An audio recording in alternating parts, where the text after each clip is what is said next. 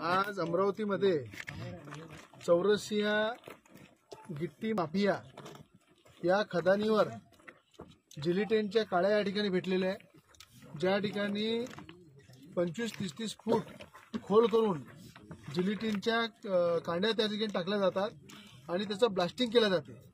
आणि जिलिटिनची जी साईज आहे, ज्या पद्धतीनं अंबानींच्या घराच्या खाली जिलिटिनच्या काळ्या मिळाल्यानंतर पुऱ्या देशामध्ये इश्यू झाला आणि या ठिकाणचे 5-6 गावं लागून असलेले ते 2 वर्षापासून तक्रार करते, पण त्या गिट्टी माफियाच्या विरोधात कोणी तक्रार घ्यायला तयार नाहीये। कारण तो गिट्टी माफिया प्रत्येक अधिकाऱ्याला, प्रत्येक सरकारी जेवढे बाबू आहे ते सगळ्यांना खिशात घेऊन फिरते। पण आज त्या सगळ्या घरांमध्ये भेगा पडलेल्या आहे, त्या गावागावाचं पूर्ण पाणी या खदानीमध्ये येत आहे आणि जे जिलिटिनच्या कांड्या ज्या अमरावती शहरामध्ये कशा एंट्री करतात, कशा रात्री येतात 2 वाजता आणि त्या कांड्या येऊन या ठिकाणी ब्लास्टिंग केल्या जाते।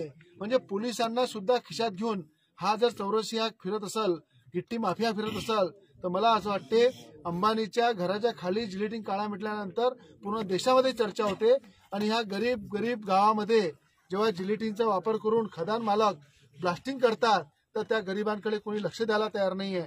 हे महाराष्ट्राचे, अमरावती जिल्ह्याचं दुर्भाग्य आहे। आज या ठिकाणी जिलिटिनचं पूर्ण या ठिकाणी जप्त केलेलं आहे, पोलिसांच्या ताब्यात देत आहे। या ठिकाणी आरडीसी आहे, खनिज अधिकारी आहे, कलेक्टरला सांगितलेलं आहे याच्यावर कडकच्याकडे कारवाई झाली पाहिजे, फौजदारी गुन्हा दाखल झाला पाहिजे आणि या गिट्टी माफियाला अरेस्ट केलं पाहिजे, ही आमची मागणी आहे। आणि या जिलिटिनच्या पूर्ण काळ्या या ठिकाणी आम्ही जप्त करून ठेवलेल्या आहे आणि पोलिसांच्या ताब्यात देत आहे।